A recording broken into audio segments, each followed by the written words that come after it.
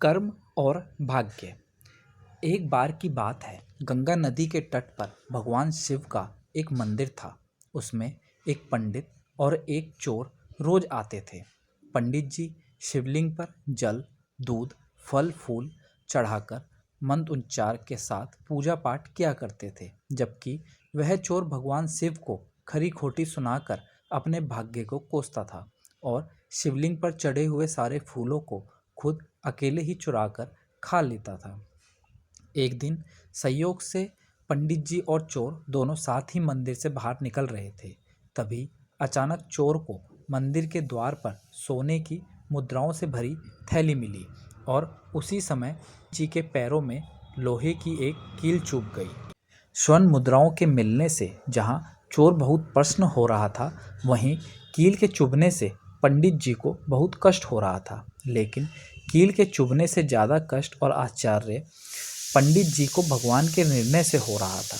पंडित जी ने शिव जी को संबोधित करते हुए कहा, हे भगवान, मैंने आपकी इतनी पूजा पाठ की और बदले में मुझे इतना कष्ट मिल रहा है, और इस चोर को आपने कुकर्मों का यह कैसा मीठा फल दिया है। तभी अचानक भगवान शिव प्रकट हो गए और बोले, पंडित जी, आज ही के दिन पूर्व जन्म के कर्म से आपको फांसी होने वाली थी, किंतु आपके द्वारा की गई पूजा, आराधना और दान, ध्यान और सत्कर्मों के द्वारा यह फांसी की सजा घटकर महज एक कील चुभने तक ही सीमित हो गई। जबकि इस चोर का आज राज तिलक होना था, लेकिन अपने कुकर्मों के कारण वह पुरस्कार घटकर कुछ स्वर्ण मुद्राओं तक ही सीमित हो गया। कहानी की नैतिक सीख। व्यक्ति के द्वारा इस जन्म के संचित कर्म ही अगले जन्म के लिए भाग्य का कार्य करते हैं।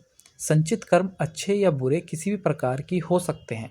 आप इस जन्म में जैसे कार्य करते हैं, अर्थात अच्छे जैसे दान, पुण्य, दूसरों की मदद करना आदि, तो यही कर्म जब तक आप जीवित हैं तब तक तो आपकी सहायता करेंगे ही। और जो बचे हुए कर्म हैं, यदि आप मृत्यु को प्राप्त होकर अगले जन्म को प्राप्त होते हैं, तो जो कर्मों का फल आपको इस जन्म में नहीं मिल पाया है, वह कर्मों का फल या संचित कर्म आपको अगले जन्म के लिए भाग्य का कार्य करते हैं।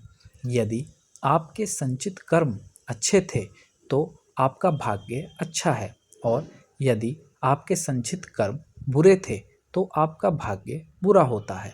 अतः भाग्य को कोसने के बजाय संतोषपूर्वक अपने सत्कर्म के ऊपर आस्था बनाए रखें। वीडियो अच्छी लगी तो लाइक शेयर